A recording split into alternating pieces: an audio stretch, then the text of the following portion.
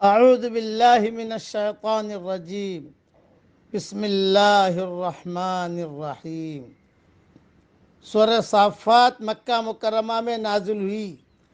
اس میں 182 آیتیں اور 5 رکوع ہیں۔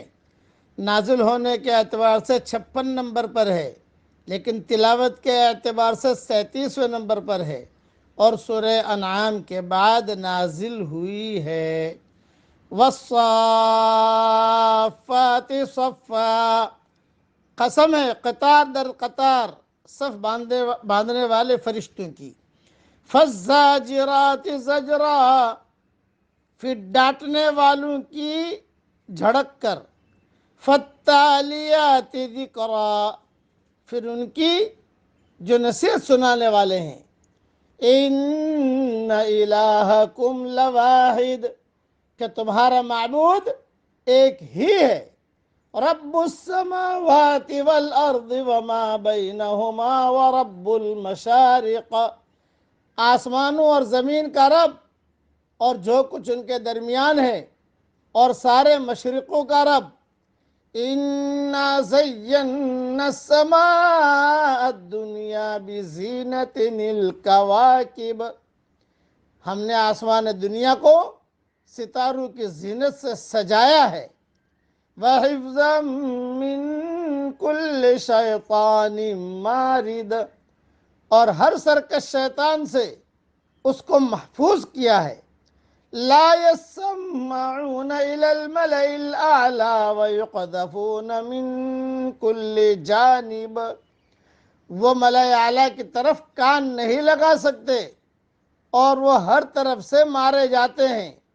دحورا ولہم عذاب واصب، بھگانے کے لیے اور ان کے لیے ایک دائمی عذاب ہے۔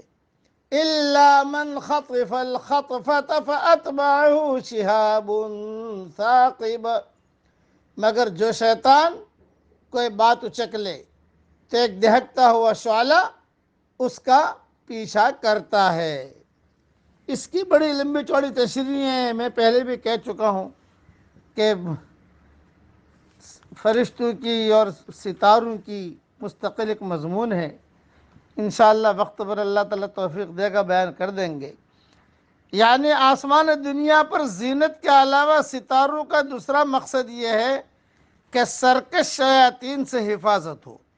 چنانچہ شیطان آسمان پر کوئی بات سننے کے لیے جاتے ہیں تو ستارے ان پر ٹوٹ کر گرتے ہیں، جس سے بالعموم شیطان جل جاتے ہیں، جیسا کہ اگلی آیات اور احادیث سے واضح ہے۔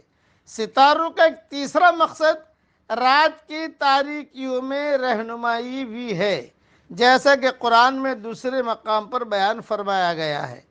ان 3 مقاصد کے علاوہ ستاروں کا اور کوئی مقصد بیان نہیں کیا گیا ہے۔ اسی لیے یہ جو جملہ کہتے ہیں ستاروں کے کھیل، ستاروں کے کھیل، ستاروں کے کھیل، اس چکر میں نہ پڑیں۔ خدا ہی ان فرشتوں کا اور ستاروں کا سب کا مالک ہے۔ فرشتوں کو جن کو عام انسان نہیں دیکھتا، اور خدا ہی آسمان اور زمین کا مالک بھی ہے جن کو ہر آدمی اپنی آنکھوں سے دیکھ رہا ہے۔ ایسی حالت میں خدا کے سوا جس کو بھی معبود بنایا جائے گا وہ ایسا معبود ہوگا جس کو معبود بننے کا حق نہیں ہے۔ جس طرح انسان ایک با اختیار مخلوق ہے، اسی طرح جنات بھی با اختیار مخلوق ہے۔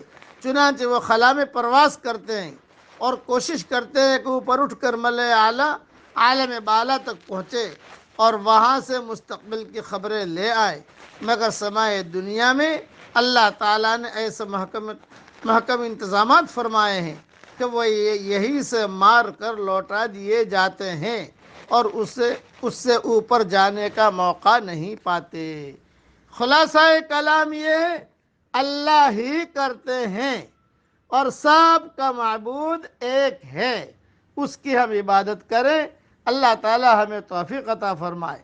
اب پڑھ لیجئے میرے ساتھ، اے اللہ مجھے آپ سے محبت ہے، اے اللہ مجھے آپ کے دین سے محبت ہے، اے اللہ مجھے قرآن سے محبت ہے، اے اللہ مجھے تیرے نبی سے محبت ہے، اے اللہ تو مجھے تیرے دین پر اخلاص کے ساتھ چلنے کی توفیق عطا فرما۔